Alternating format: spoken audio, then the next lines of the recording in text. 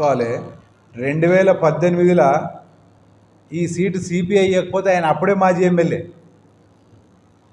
ఈ seat Congress CPI పొత్తుల సిపిఐకి ఇవ్వకపోతే అప్పుడే మాజీ ఎమ్మెల్యే. ఆయన అదృష్టం ఏంటంటే అప్పుడు కలిసి వచ్చింది. మొదటిసారి అప్పుడు ఉద్యమం వేవ్ కలిసి వచ్చింది. రెండోసారి సిపిఐకి ఇచ్చినందుకు దిక్కు ఎవడు లేక వేసిండ్రు అప్పుడు ఓటు. 2 సార్లు అవకాశం ఇచ్చినా మరి సతీష్ అన్న దాన్ని పెద్దగా ఉపయోగించుకున్నట్టు ఏం కనిపించలేదు. 2 సార్లు అవకాశం వస్తే అసలు మూడోసారి ఎవడన్నా ఎమ్మెల్యే అయితే వానికి పని చేసేందుకు సందే ఉండద్దు, అంత పని చేసి పెట్టాలి. 2 టర్ములు నువ్వు అధికార పార్టీలు ఉన్నావు. ఇవాళ ప్రజలు ఎవరెంత ఖర్చు పెట్టినరు ఏందన్నది పక్కకు పెడితే ఆయన కూడా ఓడగొట్టినరు.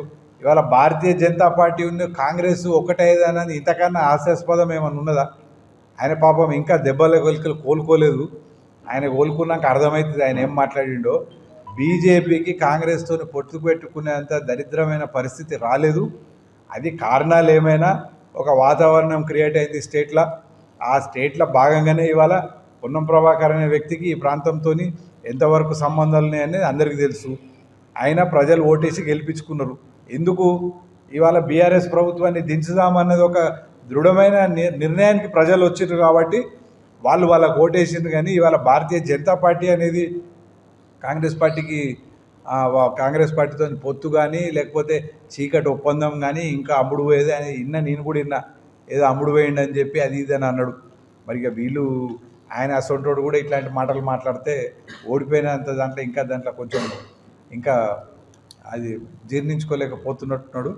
ఆయనకు రెండోసారి అవకాశం దొరకడే ఎక్కువ ఈ ప్రాంతంలో.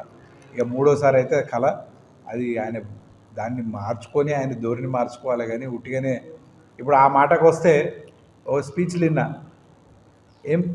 మాజీ ఎంపీ వినోద్ కుమార్ని గెలిపించుకుంటేనట మనం ఎంఆర్ఓకి ఫోన్ చేసుకోవచ్చు, పోలీస్ స్టేషన్కి ఫోన్ చేసుకోవచ్చు అంటాడు.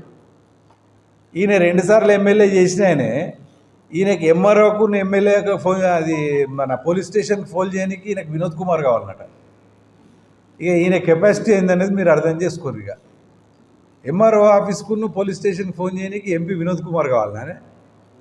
ఈడ మా పార్టీలో చిన్న బూత్ అధ్యక్షుడు రాలే ఎంఆర్ఓకి ఎస్ఐకి ఫోన్ చేయడానికి. అసలు కార్యకర్తలు ఉన్నారు ఇవాళ భారతీయ జనతా పార్టీలో. మేము అమ్ముడు పోయే అవసరం లేదు, ఆయనకు అంతా మతి భ్రమించి మాట్లాడుతూ ఉన్నాడు అంతే.